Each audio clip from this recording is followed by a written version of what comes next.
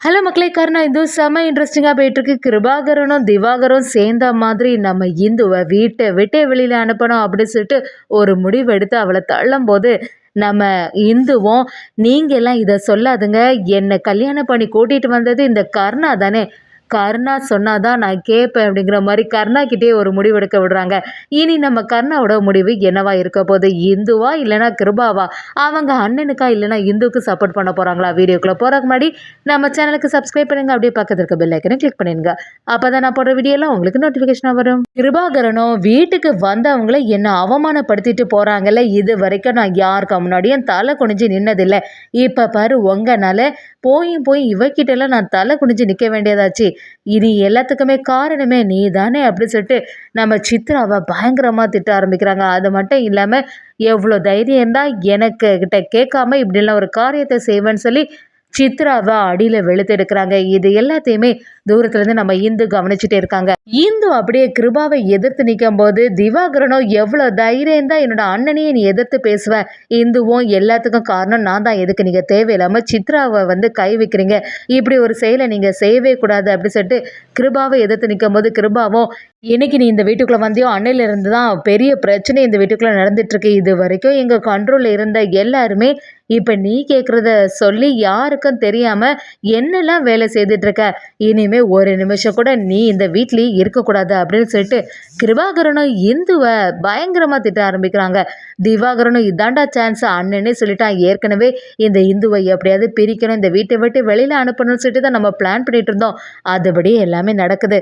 திவாகரும் நம்ம இந்துவை பிடிச்சு, என்ன அதான் அண்ணனே சொல்லிட்டால, எதுக்கு இதுக்கு மேலே நீ இங்கே நின்றுட்டே இருக்க, ஒழுங்கு மரியாதையா இந்த வீட்டை விட்டே வெளியில போ அப்படின்னு சொல்லிட்டு திவாகரன் நம்ம இந்து கைப்பிடிச்சு வெளியில அனுப்புறதுக்கு தயாராகும் போது இதை பார்த்துட்டு இருந்த ஜெயந்தியும், சரி நம்மனால எதுவுமே இந்த இடத்துல சொல்ல முடியும்னு சொல்லிட்டு ஃபீல் பண்ணி அழ ஆரம்பிக்கிறாங்க.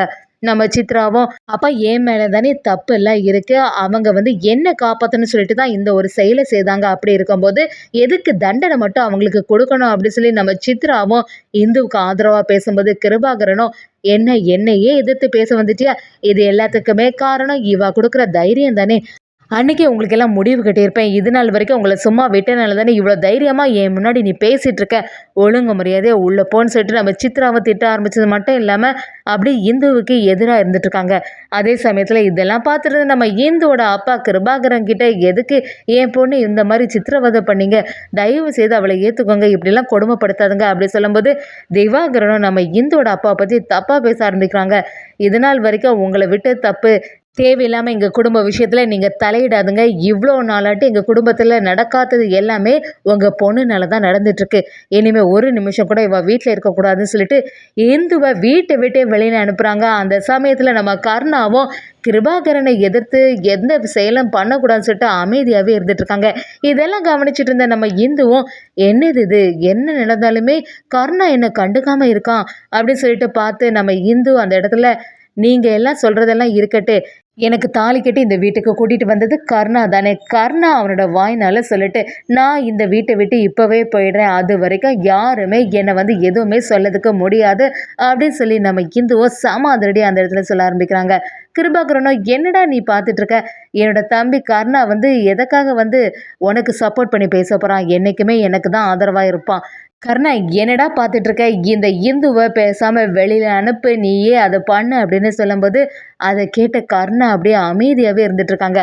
திவாகரனும் நம்ம கிருபா கிட்ட, பார்த்தியானா உன்னை விட அந்த இந்து தான் அவனுக்கு முக்கியமாக போச்சு, எவ்வளோ அமைதியாக இருந்துட்டுருக்கான் அப்படி சொல்லும்போது கிருபாவும், என்ன கருணா நீ மௌனமாக இருக்கிறத பார்த்தாலே சரியில்லையே, ஏதோ இவனுக்கு ஆதரவாக பேசி என்ன எதிர்த்து நிற்ப போல அப்படிங்கிற மாதிரி கேட்கும்போது நம்ம இந்துவும் கருணாவை பார்த்து, என்ன இவங்க எல்லாம் சொல்கிறது உண்மையா, இந்த குடும்பத்துக்காக நீங்கள் என்ன இந்த வீட்டை விட்டு வெளியில் அனுப்புவீங்களா அப்படிங்கிற மாதிரி நம்ம இந்து கருணாவோட கையை பிடிச்சி அப்படி கேட்குறாங்க.